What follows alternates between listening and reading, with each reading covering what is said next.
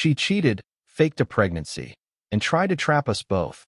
But what she didn't know was that I'd find the recording where she detailed every lie and the truth that destroyed her story. When Haley looked me dead in the eye and said, "We could just share a girlfriend," I laughed.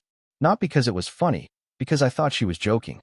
We'd been together for over 3 years, lived together for almost 2. And from the start, I made it clear I was strictly monogamous. So when she leaned in closer and asked again, serious this time, something shifted. "I'm not into that, Hales. You know that," I said. Her expression hardened. "Just try it," she snapped. "It could spice up our sex life." Spice it up? That hit me like a punch. I didn't even know anything was wrong. Haley is 30. I'm 28. We met during a brutally hot summer in Portland. She spilled cold brew on my shoes at a bookstore. We clicked fast, moved in too early, but we made it work, or so I thought. For the past month, she's been different. Cold. Detached. She started sleeping in the guest room 2 weeks ago. I tried talking to her about it. She just waved me off and said, "It's not important anymore." But if it wasn't important, why did she bring it up again? I've been venting to friends about it.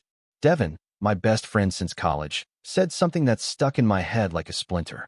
"Dude," he said, "what if she's already cheating? Or planning to?" At first, I brushed it off. I couldn't imagine that. Haley had always been blunt, but loyal. But then I started thinking. The signs were there even before she brought up this whole open relationship thing. We hadn't had sex in nearly a month. At first, I chalked it up to my insane hours. I'm a paramedic, long shifts, high stress. But now, I'm not so sure that's the reason. What really eats at me is the timing. She asked about poly stuff once at the start of our relationship. I told her clearly back then, I wasn't into it. That should have been the end of the conversation. So why now? Why again? The more I think about it, the more it doesn't feel like a fantasy she's chasing. It feels like she's laying groundwork for something that's already happening. And the worst part? I'm terrified to find out if I'm right. Because if I start digging, I don't think I'll like what I find.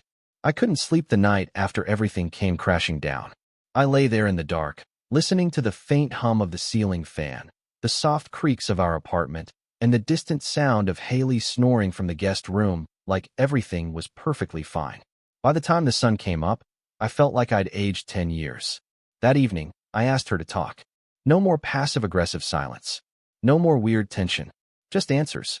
She walked in from work, dropped her bag on the kitchen chair, and started scrolling through her phone like I wasn't even there. "Can we talk for a second?" I asked. She didn't look up. "I'm tired, Ethan. It'll only take a minute."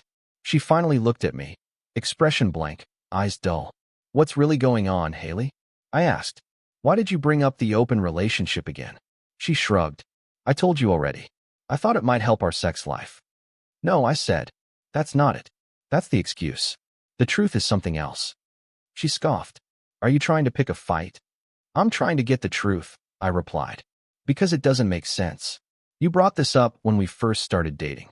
I told you back then I wasn't into it, and you said you understood. Now, out of nowhere, you're pushing it again. After 3 years together?" Her lips pressed into a line. "People change." "Then be honest about how you've changed," I said. "Is there someone else?" Her jaw tightened.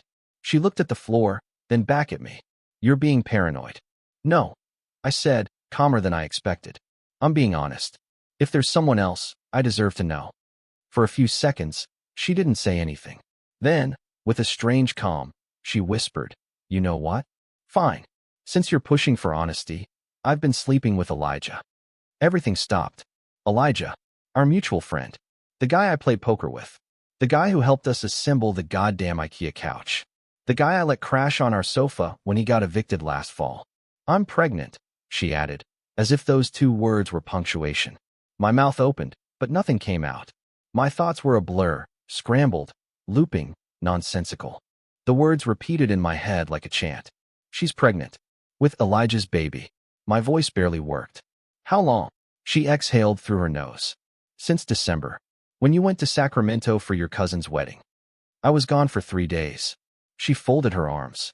"It just happened." I shook my head. "No, Haley. It didn't just happen. You don't end up pregnant by accident when you've been avoiding intimacy for months and suddenly suggest we share a girlfriend." Her voice got defensive. "I thought if you agreed to open things up, we could make it work." "Make it work?"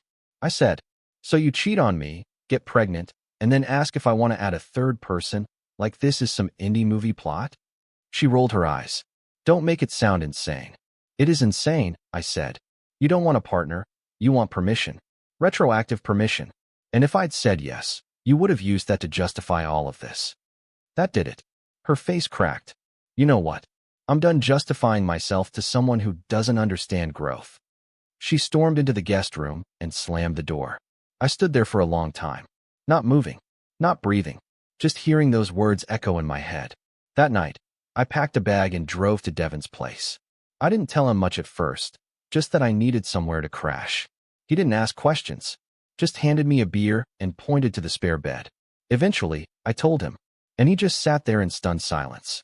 Then he said the one thing I hadn't let myself think until then. "Man, if she's been lying for that long, who knows what else she's hiding?" And that's when I knew. I hadn't even scratched the surface. It was Thursday morning, and I was still living off Devin's hospitality and whatever cold takeout I could stomach. Haley had been texting me nonstop, first with anger, then with pleading, then silence. I hadn't replied to a single one. I was scrolling through old photos to distract myself when I remembered something.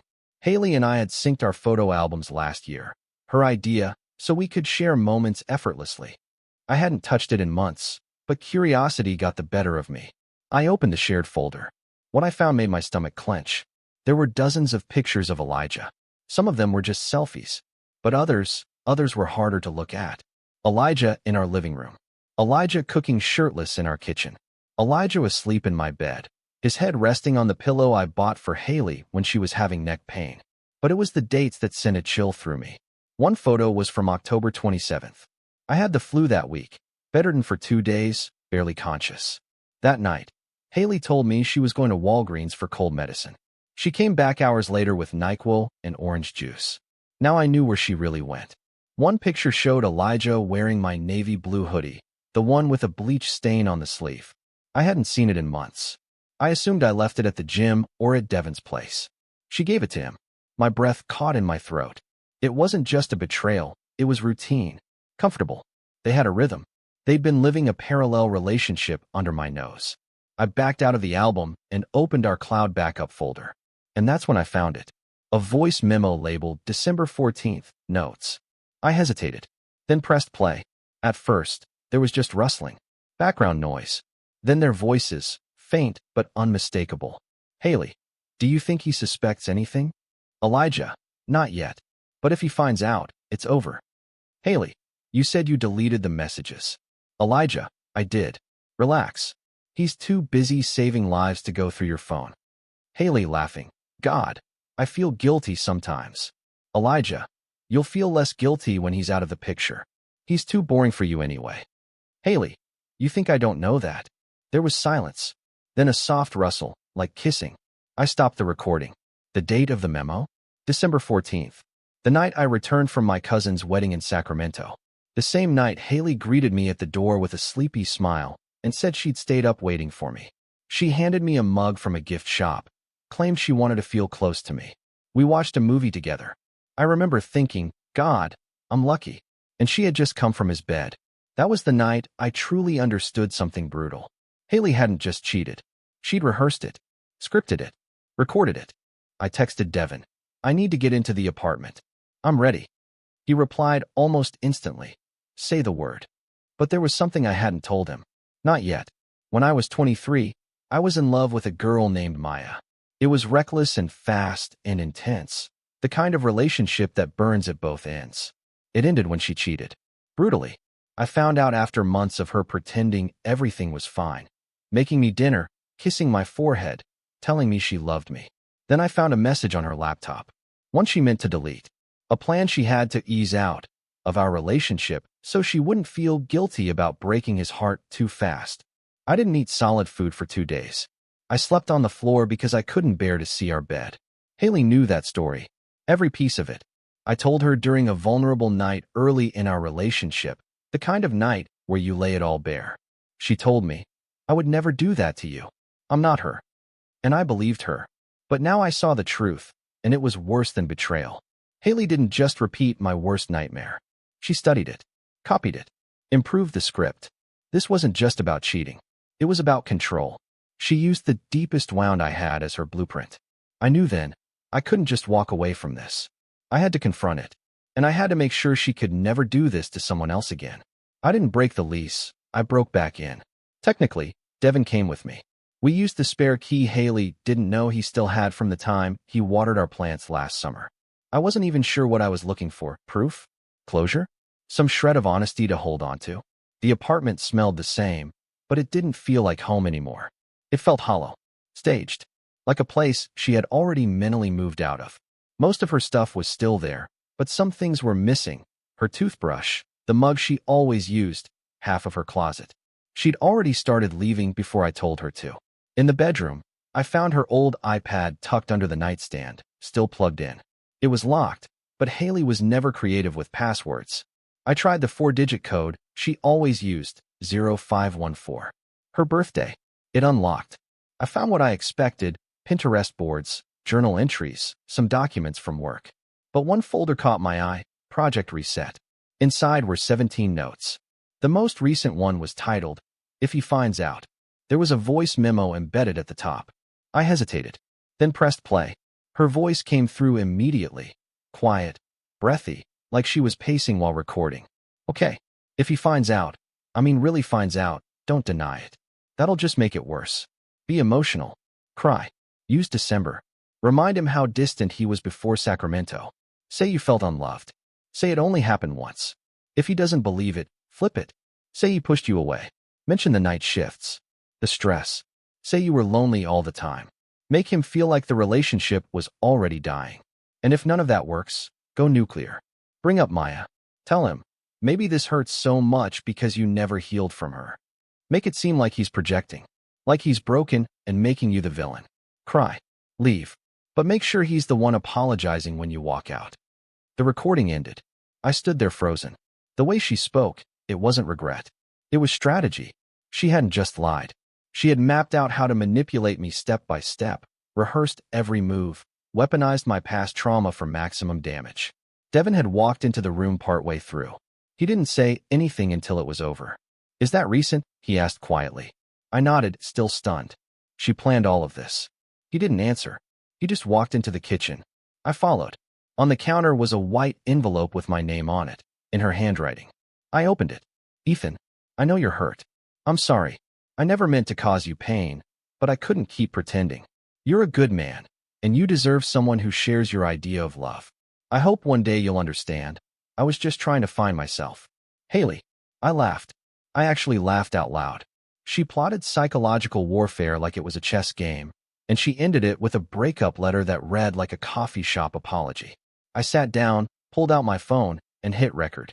First, I read her letter. Then, without commentary, I played her memo. Just her words, raw, unfiltered. Then I uploaded it to a private relationship podcast subreddit I followed. No names. No backstory. Just what emotional manipulation sounds like. Take care out there. Next, I forwarded the file to Elijah, along with one line. You're not her victim. You're just next. Good luck. Then I blocked them both. That night, I slept. Deep. No dreams, no replaying conversations. Just silence. For the first time in weeks, I woke up feeling lighter. When I turned my phone back on the next morning, it had blown up. The audio had been reposted. It went viral. Thousands of comments.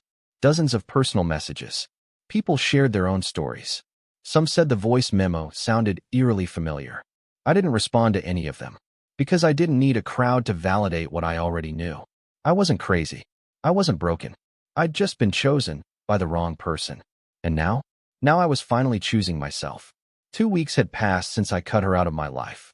No calls. No texts. No, I miss you. Haley disappeared like smoke. Exactly how manipulators vanish when their strings snap. I figured she was regrouping, reinventing, maybe telling Elijah some curated version of the truth where she was a misunderstood victim and I was the emotionally unavailable monster. I didn't care. I wasn't checking. I had just moved into my new apartment. Smaller, quieter, and most importantly, mine. No echoes of her laughter, no memories burned into the walls. Devin helped me move in. We didn't talk about her.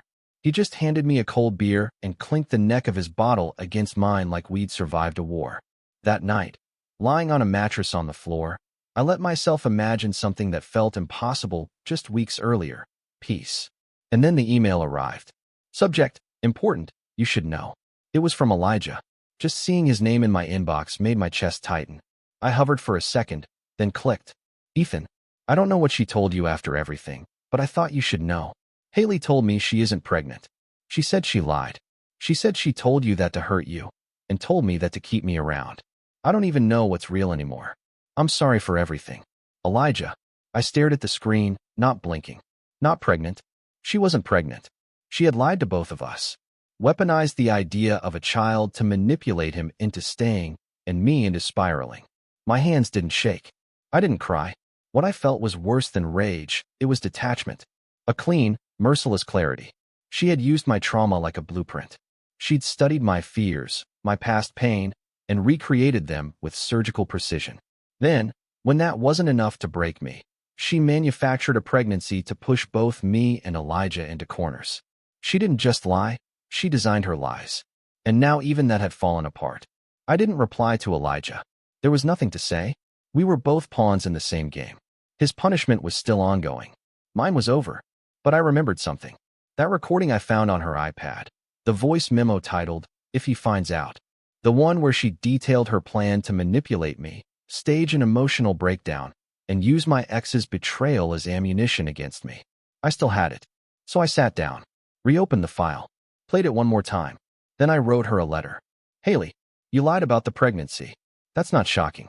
What is shocking is how far you were willing to go, using my past to manipulate me, faking life-altering news to trap Elijah, thinking no one would ever see through you. But we did. This isn't anger anymore. It's pity. I hope one day you face yourself without another person to mirror back your lies. Until then, I'll be fine. Because unlike you, I heal. Goodbye. Ethan. I didn't send it. I printed it, read it once, then burned it in the kitchen sink. Some things don't need to be said. Some goodbyes are just for you. 6 months later, I'm still in that same apartment. Devin and I hang out regularly. Bad movies, worse nachos, and inside jokes that remind me real friendships don't come with footnotes or fine print. I started therapy. It helped. A lot. I learned that boundaries aren't just fences, they're mirrors. And Haley hated what she saw in mine. I adopted a dog. Jasper. A scrappy rescue mutt with one ear that sticks straight up like a satellite dish. He's loyal.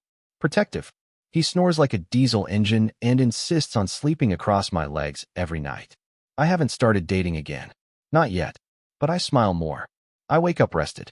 I breathe without bracing. And the navy hoodie? The one I thought I lost. The one Elijah wore in her photos?